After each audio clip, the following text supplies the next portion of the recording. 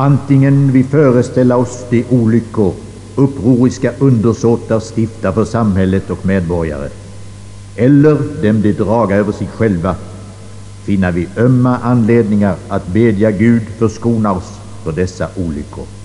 Vilken olycksalig tidpunkt för ett land, då upprorets fackla tändes och utbreder allmän förskräckelse, då medborgare väpnar sig mot medborgare, trotsar överheten, föraktar lagarna och använder våldet för att utföra brottsliga avsikter. O, för uppror och tvedräkt bevare oss, milde Herre Gud. Vem äger ett hjärta för medmänniskor och beklagar icke desse olycklige, som avkläda sig kärleken till fosterlandet, avsäga sig lydnaden mot överheten, att gå åstad att förtjäna fängelset, att förverka livet på avrättsplatsen och förlora nåden vid den rättfärdige Gudens dom. Vem av oss ser utan ömt bekymmer denne dödsfånge? Vem eftersinnar det olyckliga öde han åtminstone här i tiden beredde sig och finner sig ej rörd till denna bön? För uppror och tvedräkt bevare oss, milde Herre Gud.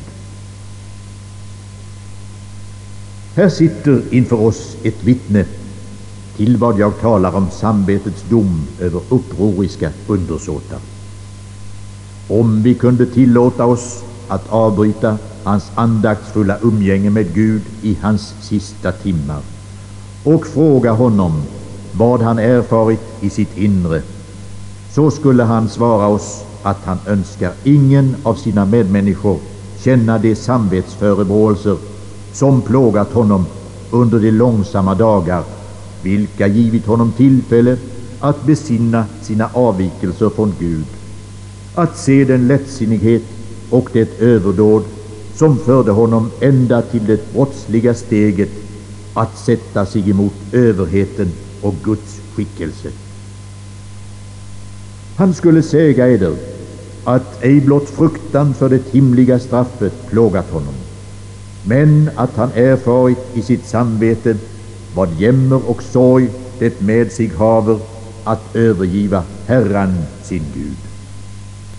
Här har vi för vårt öga ett av dessa rättvisans offer. Denne, som förverkat sin rätt att leva, har redan i långa månader burit brottets bojor, i fängelsets enslighet räknat nattens långsamma timmar och går idag att under bödelsyxan tillfredsställa lagarnas yttersta krav. Om I går ut att se det sorgliga skådespelet av hans stympade kropp, så sägen när I kommer hem till edra bröder att ännu vaka för synen över vårt land. Sägen dem att ännu äga vi ett fädernes land, emedan oordningar hämmas, våld styres, och de som sätta sig emot överheten får en dom över sig även i samhället. Sägen dem att överheten bär icke svärdet förgäves, utan han är Guds tjänare, en hämnare, honom till straff som illa ytter. Men jag fördröjer timman för dig, Mårten Bengtsson. Du längtar till det bord som för dig är berett, vid vilket Jesus giver botfärdiga syndare styrka att möta honom även i dödsstunden. Mitt hjärta blöder och glädes på en gång då jag tilltalar dig. Du var en upprorisk undersåte. Du ådrog dig därmed samhällets dom. Du förlorade din frihet. Du förkortade din ungdom. Du förverkade ditt liv. Du har själv funnit att du med den förlorade sonen förlöst allt det goda den himmelske fadern unnade dig.